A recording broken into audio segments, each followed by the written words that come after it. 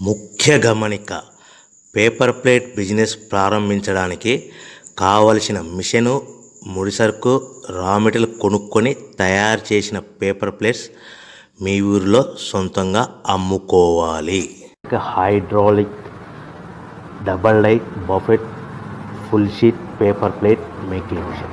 ఈ మిషన్ యొక్క ప్రత్యేకత ఏంటంటే ఒకే ఒక లివర్ గేర్, హ్యాండ్ గేర్తో ఫుల్ షీట్ అంటే 2 ప్లేట్ తయారు చేసే పెద్ద ఫుల్ షీట్ ఒకటే పరబెడితే 2 బఫే ప్లేట్ తయారవుతాయని మీకు అందరికీ తెలియజేస్తున్నాను.